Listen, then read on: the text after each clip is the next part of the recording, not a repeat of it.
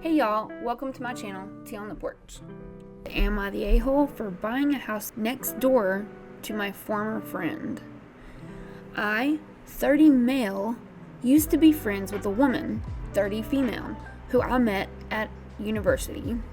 We were that close, we were hanging out every day and got to know each other. We had a falling out as she stole a piece of my academic work and I faced an investigation from the academics and staff from higher up. Well, while we were friends, she told me she was from X town and I told her I was from Y town, both seaside resorts. I was shocked she was from X town because my mother went on holiday there every year and I scattered her ashes there when I was 19 after she lost a battle with breast cancer. X-Town is a really popular and sought-after area in England. Prices can go up to $800,000 for a 3-bedroom home and doesn't come by that easily. I searched the town on a real estate to see if any properties had come up for sale, and there was one going for $325,000. That's definitely a lot better than $800,000. However, this property was affordable because it needed modernizing and renovating. This property was also in a perfect location. It's by the seaside. I can go on long runs by the beach every day. That would be so nice. Which I do for my mental health. Honestly, that would be good for anyone's mental health. Like, the sound of the water is so relaxing. It's a 5-minute walk from where I scattered my mom's ashes. That's really nice. It's an 8-minute walk to the train station. I can get the train to central London. I work there 2 days a week and so forth. It's cheap to live in this area. That's really cool. Not to mention the fact that it's not in London, but it's still close to London. So not only are you close to the beach, but you're also close to the city, which is, you can't beat that. Especially if it's in your price range. I did not step inside my property until after New Year's Day because there were a lot of jobs builders needed to do. After New Year's Day, I got to work doing the renovations I can do. A few weeks ago, an Amazon van pulled up to drop off packages. Next door wasn't in. He asked me if I could drop off a package. I saw the name, realized I'm living next door to my former friend as it's a unique spelling and said no. Which is weird that he wants you to do his job. Can't you just leave it on the porch like most people do? Ex-friend has now found out I live next door to her and her parents and banged on my door, causing a commotion. Okay, all the neighbors came outside. From speaking to relatives, I'm apparently an a-hole because I won't move houses. I guess I'm probably an a-hole for letting there be tension in the street. Who cares? But it doesn't bother me that I live next door to her. As far as I'm concerned, I've moved on from the incident with her. It's a dream location and I refuse to move at all because one person is unhappy. Am I the a-hole? No. In fact, if she doesn't like it, she can move. Let's see what the comments say. Not the a-hole. She doesn't own the neighborhood. You're a reminder of something bad that she did, right? And I expect she doesn't like it. Not to mention, you put time and money into that house. Yep. And it's in a perfect location for you. She'll either get over it or move. Exactly. You don't need to worry about it. If she harasses you, involve the police. Yes. Actually, that's a good idea. OP should get in first with a report. Yep. They're possibly more likely to listen to the woman's side if she starts making up lies about OP. And I'm saying that as a woman, especially since this ex-friend already has proven herself to be a lying cheat who steals without qualms. Time to put up a CCTV on your house as well. Protect yourself. Yeah, definitely put up some cameras because there's no telling. She could try to steal your mail. She could try to damage your property. Always good to have that stuff documented. Update: security cameras have been installed as of now. I did mention in a previous comment I had someone coming out to install them tomorrow or today. So that's good. At least you're getting ready. It's not the a-hole, but what is this British courtesy that your relatives are telling you to move away from where you scattered your mom's ashes? No doubt. I cannot imagine telling someone to move away after finding a steal of a price for something so close to a heartfelt place. Yeah.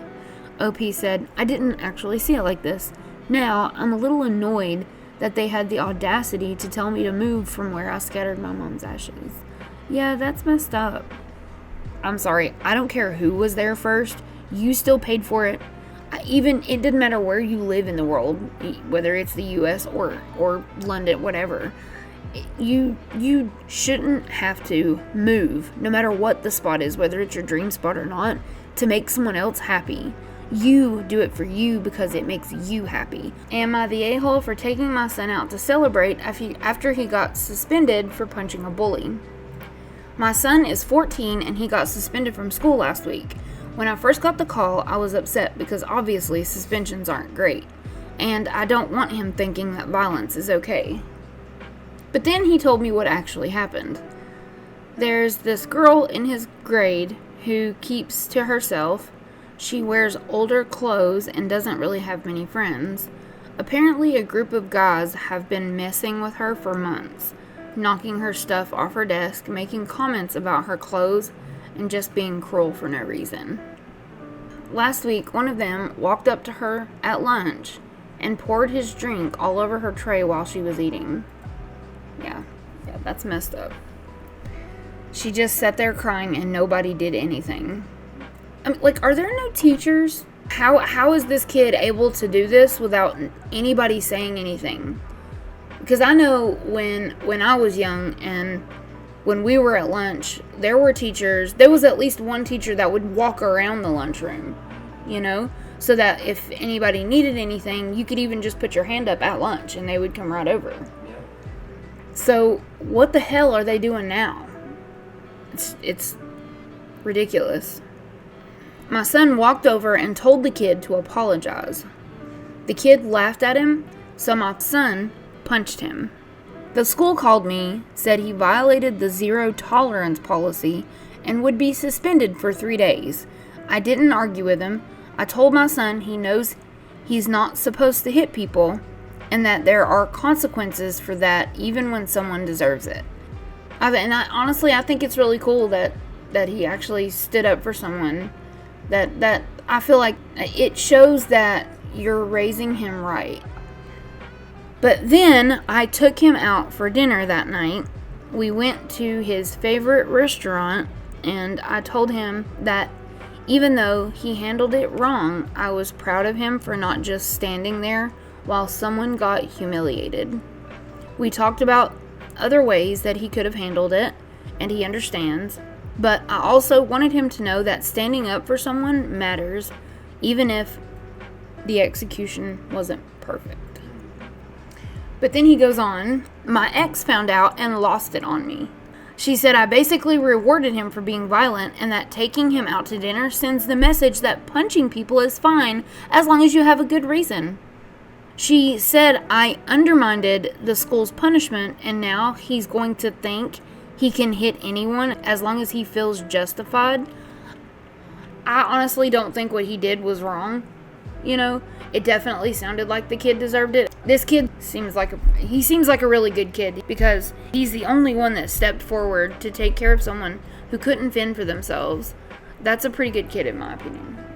Should I end a friendship with one of my best friends to help save his marriage? I, 45 female, have a best friend, 43 male, let's call him John, and it seems our friendship is a point of contention for his marriage. My husband, 47 male, and I bought a house about 7 years ago. We looked for years, 18 to be exact, for the perfect place to call home. We had a few close calls, but nothing ever worked out until we found this home. We love it. Nice, big piece of property, 3 bedroom, 2 bath.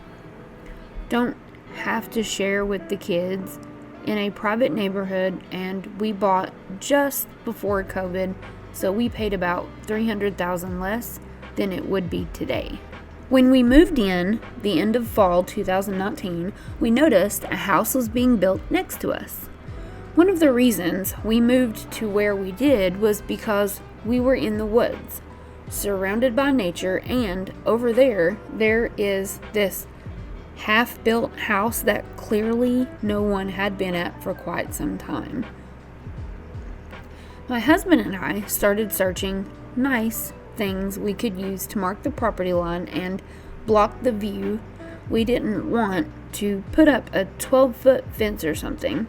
Once spring came, we started getting serious about putting something up.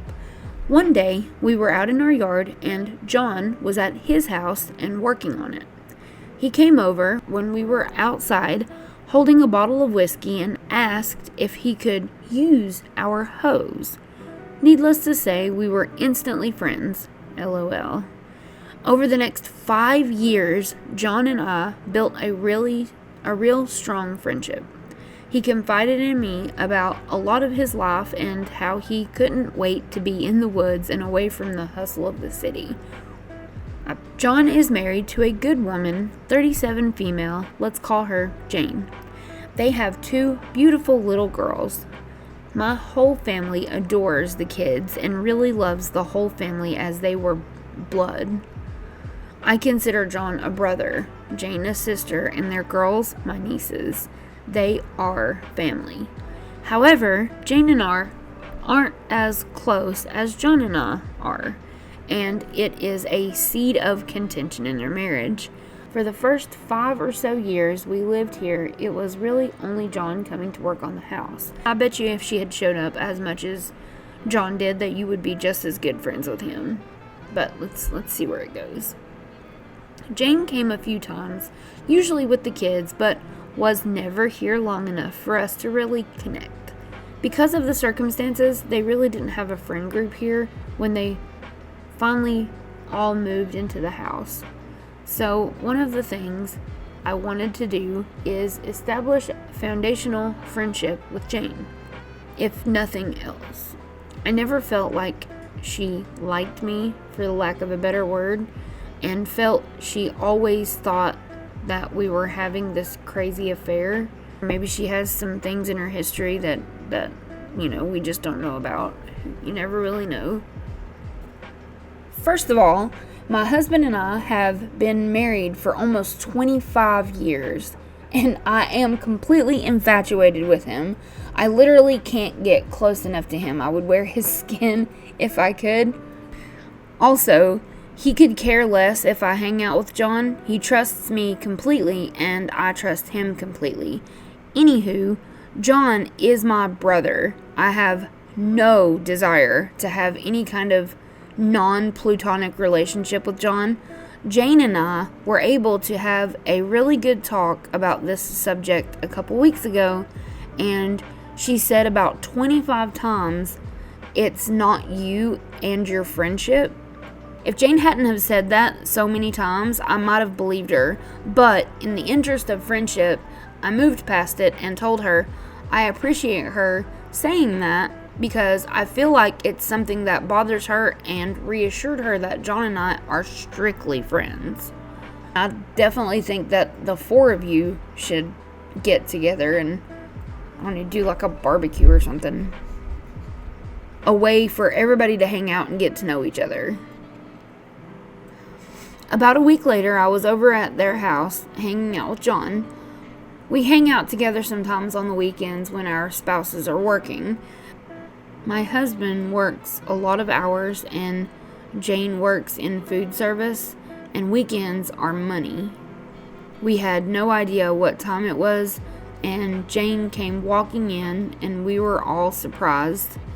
I asked what time it was, and when we all realized it was nearly 11, I decided to go home. John and Jane argue a lot. They get very vocal and it gets pretty crazy sometimes. I know that deep down they truly love each other, but they both have to be the right one and the loudest. I was at work the next day and I see that Jane is calling. Jane never calls. My first thought was that something's wrong, so I stopped what I was doing and I answered. All I could hear was John and Jane yelling at each other. Jane said, "Can I please talk without you screaming in my ear?" And John said, "Fine," and slammed the door. Then Jane proceeds to tell me what they are arguing about. Her words were, "Why can't he spend time with me like he spends time with you?" That hit me. I would hate to feel like someone, especially from outside of our marriage, was taking my time with my husband. Well, at least you can put yourself in her shoes. And at least she came to you. I think that was actually pretty cool of her.